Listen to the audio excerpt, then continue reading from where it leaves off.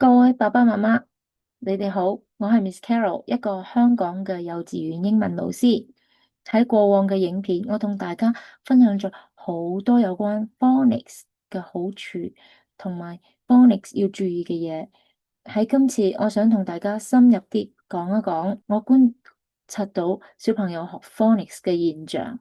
我有啲朋友，佢哋嘅小朋友讀國際學校，佢哋嘅英文有語境。聽同講都非常之好，但係一寫字就卡住啦，好似 beautiful，佢哋會串成 Beautiful，Wednesday 就點都唔記得個 D 字喎。原因呢，就係佢哋太依賴佢哋嘅耳朵，佢哋係聽到乜嘢就寫乜嘢出嚟。另一方面，我又見到好多本地學校嘅小朋友 phonics 學得好紮實，見字就識讀。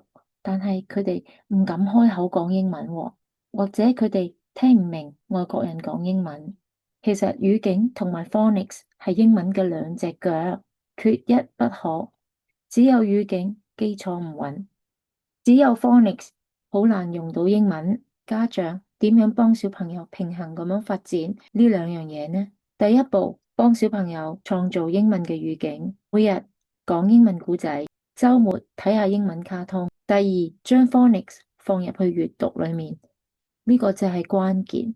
例如睇故仔書，見到呢個字 cat 就用拼音咁樣同小朋友帶出呢個拼音嘅概念，要俾小朋友知道，原來 cat 係 cat 咁樣拼出嚟嘅噃。我哋陪小朋友玩玩具嘅時候，想佢攞一架巴士，你攞嗰個 bus 過嚟啊！我哋亦都鼓勵小朋友將英文字寫出嚟，例如我哋要去超市買蘋果，叫小朋友啊，你幫我寫蘋果啊，蘋果係 apple 喎，apple，好，幫我寫 apple，唔該，咁樣可以將英文嘅聲音同埋文字結合。我哋嘅目標係要小朋友用 phonics 快樂咁樣讀同埋寫，我哋要佢哋快樂咁樣用語境聽同埋講英文，兩者都係咁重要，咁樣英文先至係佢哋真正用得到嘅，而唔係只係佢哋考試卷上嘅分數。我哋唔係要小朋友做一個語言學家，我哋只係想佢哋好好咁樣裝備自己，以後可以喺英文嘅世界裏面探索。